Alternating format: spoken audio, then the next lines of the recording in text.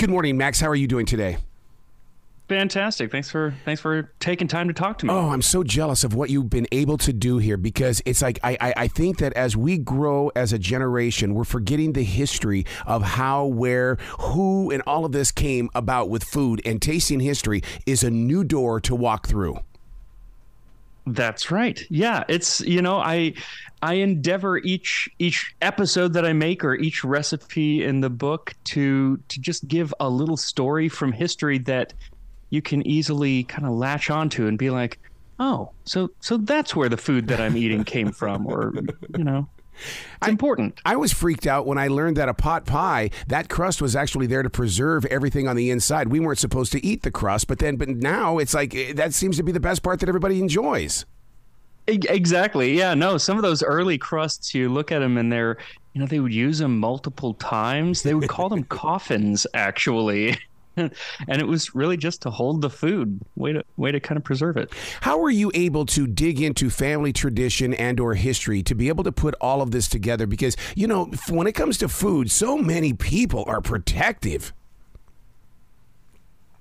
Yes. And some foods definitely bring out a little a little more energy than others. When you touch on foods that people have such a connection to personally, like I just did an episode actually on peanut butter and jelly sandwiches of all things. And you'd think that would just be, very innocuous. But boy, people really had strong feelings about the way that they made their peanut butter and jelly sandwich, and more so how their mother made their peanut butter and jelly sandwich.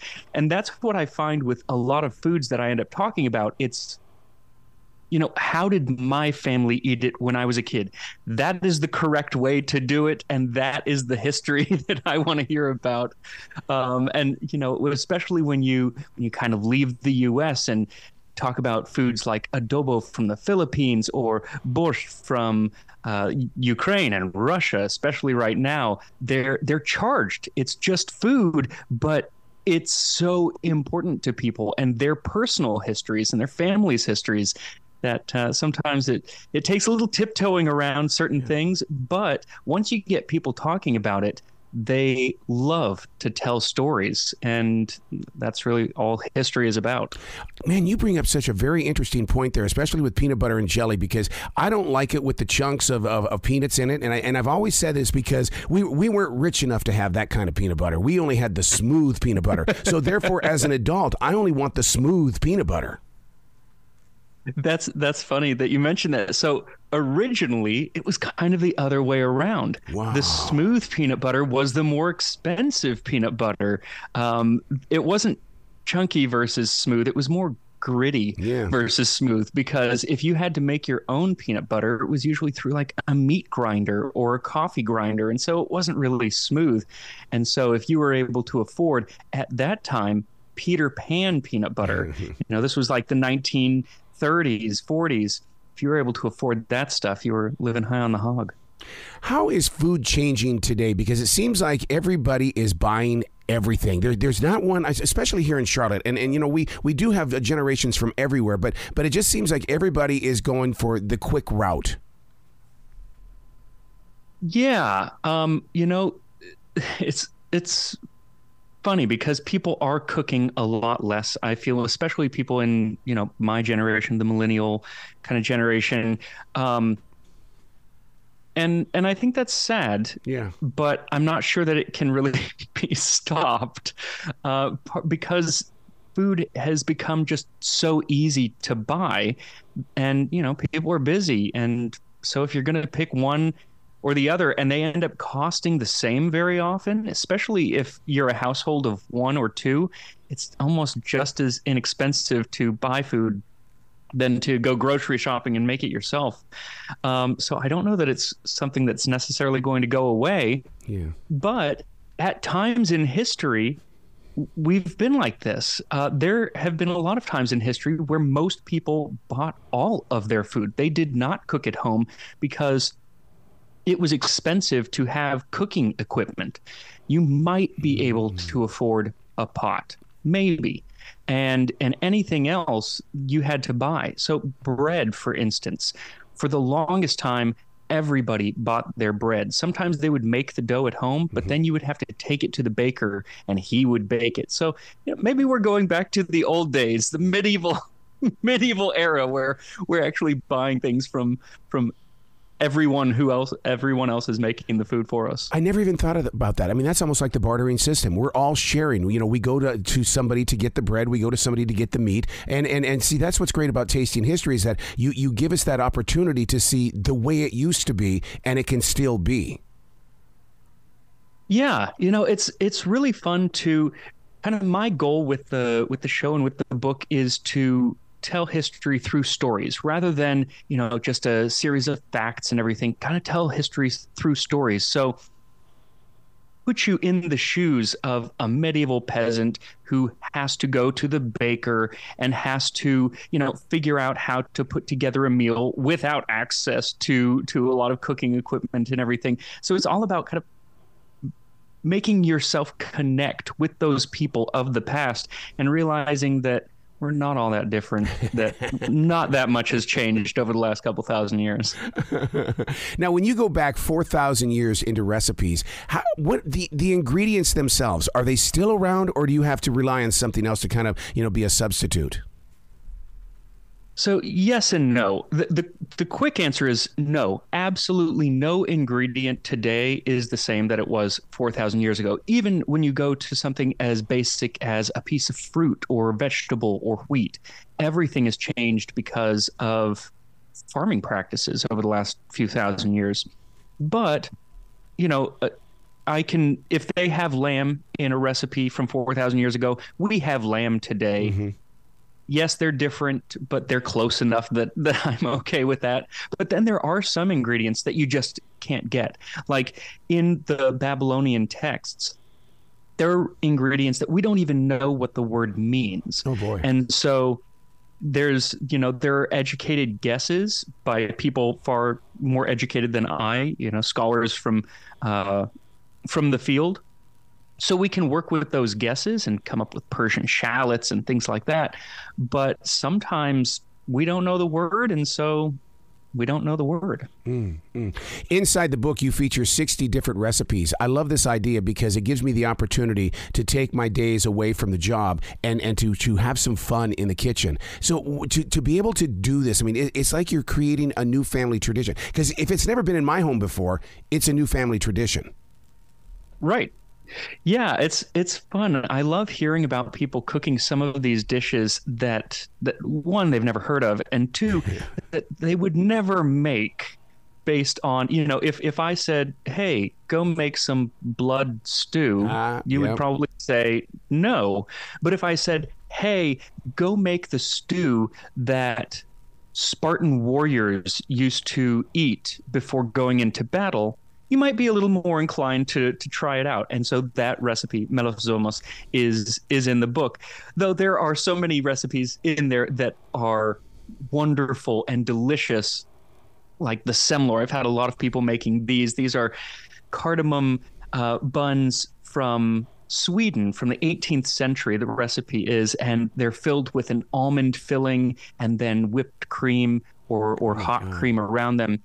And the story behind them, of course, is that the Swedish king, Adolf Fredrik, ate so many that he died. Oh, no. They killed him. And so, the test is, can you make this and not die? The answer is yes, just eat 2 or 3 rather than I think he ate 19 or something like that. So the photographs have always been very appetizing to me, and I'm so glad that you've included those in here, because I think that is, if my eyes are sold on the idea of creating, then it started with the photograph, and then my stomach is going to follow. Absolutely. You always eat with your eyes first. It's important to have good-looking food, and with historic food, sometimes that can be difficult. Today, if you look at most modern cookbooks, or you go to a very nice restaurant, everything is the dishes are kind of created with the look in mind. But when you're talking about different stews and everything, food just tended to be very brown in the past.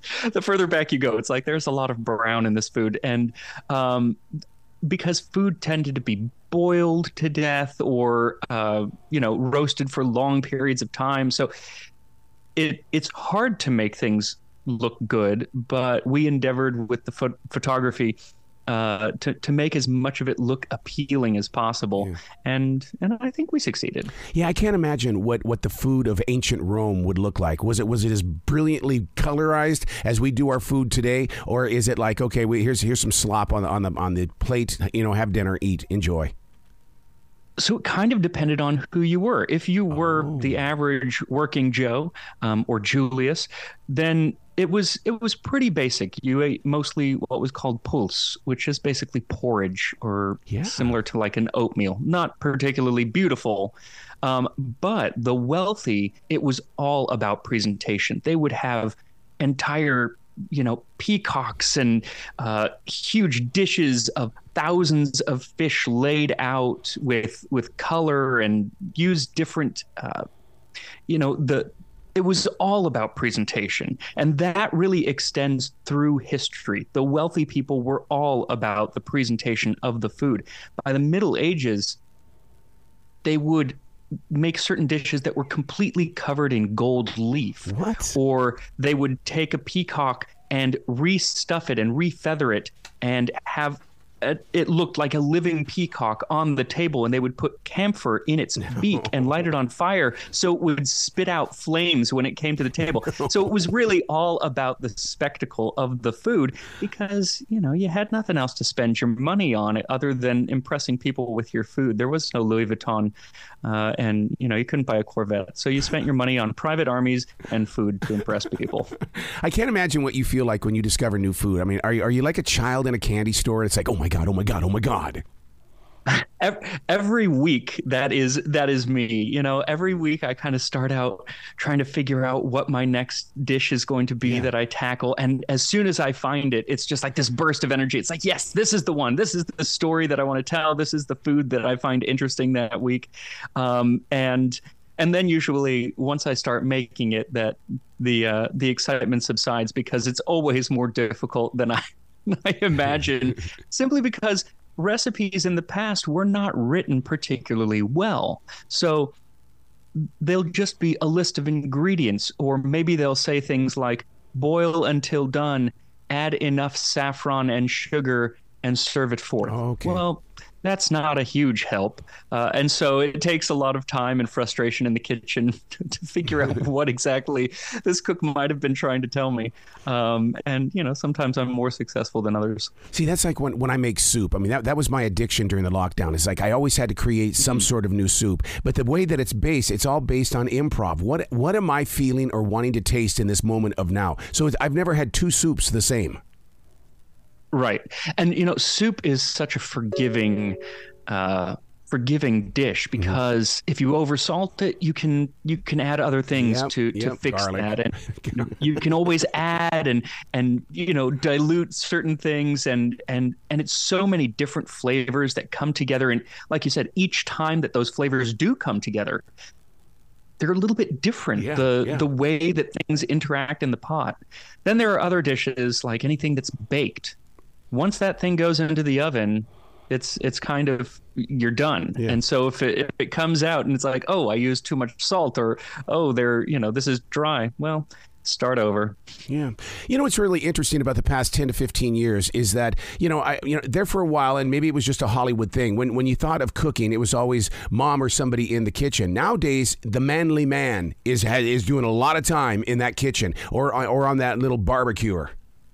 Mm-hmm. I grew up in a house where both my parents cooked, wow. but on the weekends, it was all about my dad cooking. When he was around and just would spend hours in the kitchen, mostly yelling at us to get out of the kitchen, but the smells coming out. And that was partly where I kind of got my love of food, not of cooking, because he wouldn't let me, but it was, he introduced us to Japanese cuisine, and we had lots of Mexican food and Indian, and sometimes the foods were just weird. As a 7-year-old, finding out that we're having tree fungus from Southeast Asia for dinner, not not the most thrilling thing, but what a wonderful thing to be introduced to as a kid. And so it was through my dad's cooking that I ended up learning a lot about food from around the world, and that kind of sparked that passion for me. Oh my God. So, and historically, it hasn't always been the women cooking in households, yes, but in general, cooks were men for the longest time. Yeah. If somebody was cooking for a feast or for the wealthy, again, it was always men. My neighbor's son is a chef, and he loves to come into this forest that I have here in South Charlotte because he believes that this forest is always full of something that he can use in one of his dishes. How important is it for people to go into the forest and start realizing that mushrooms or tea leaves or different forms of life, plant life, are really that's something that's very good in dishes? I think it's fascinating if you have access to that. Not everyone has a forest. I live in Los Angeles. I have no forest. I'm not picking up anything and eating it off the ground. But if you do have that ability to kind of go out into nature and find those edible things, of course you have to have the knowledge because there are just as many things that can kill you. But not just mushrooms and everything, but I do think that it's important to have that connection with the actual ingredient. We often forget how much work goes into, say, just raising a chicken or any kind of meat product, or getting an egg or milk or honey. And that is something that is fairly recent, that we have forgotten that connection, because for the longest time, most people there were fewer steps between me and the bee making my honey. And you just get to appreciate the work that goes into food. And I think you're less likely to waste it if you realize the amount of work that goes into getting these ingredients. I mean, when it comes to mushrooms or truffles specifically, the amount of time that it takes to find those ingredients is mind-boggling, and that's why they're so expensive. Speaking of that respect, I think food prep is a great way to show respect too, because you're showing patience. And I always have light music playing in the background, and part of that prep is that you allow your imagination to envision what you're about ready to create. Yes, and it is kind of if you tackle cooking as a fun activity rather than just because I need something to eat, if you have that kind of time, which is a luxury, I love that portion of getting everything out, called mise en place in French, laying out the ingredients and measuring things out and kind of getting ready to make whatever you're going to make. And you get to appreciate each individual ingredient. Every tomato, the different types of salt that you can use, and the different types of pepper. And that's kind of one thing that I love bringing into my daily cooking, is bringing some of these ingredients that have lost popularity, at least here in the U.S., things like long pepper. Instead of using black pepper, there's something called long pepper, which is so much better than the typical black peppercorn. And it was the popular pepper in ancient Rome and throughout the Middle Ages. And you can still get it. You can go online and get it easily, and it's not that much more expensive, but it makes such a huge difference to the dish. So yeah, I love that process of before the food arrives, all of the ingredients that go into it. Oh my God! See that's the fun of it. That just to be able to sample it. Oh, try this. Oh, sample it again. Ooh, I like being in control because I think I'm spoiled when I sample my own cooking. Yeah, yes, especially if you like your own cooking. Not everyone does. So for a lot of people, it's a chore. But if it is something that you enjoy, then all that sampling. And I kind of always feel like well, I'm sure that there's maybe somebody here on this call, the person with the soundboard with all of those little knobs and everything, tuning each knob Yeah. to get the sound exactly right. It's like that when you're putting together a dish in the kitchen. You know, you can fine tune all of the different ingredients and the process and everything to come up with a new creation that nobody has ever made exactly that way before. Wow. Where can people go to give you some love, to follow you? Because, I mean, you've got one hell of a big fan base as it is, but it needs to be bigger than that because you know what it's like. You know, got to do more, got to reach more. It's, you know, it is a constant struggle. It's what gets me out of bed, though, in the morning. Yes. The best place to follow me is on YouTube at Tasting History with Max Miller. I'm also on Instagram, Tasting History with Max Miller. And you can get the cookbook, Tasting History Cookbook, pretty much anywhere books are sold. Excellent. Please come back to the show anytime in the future, Max. The door is always going to be open for you. Awesome. Thank you so much for having me. I really appreciate it. Well, be brilliant today because I love talking about food, dude, and you brought your game. Thank you.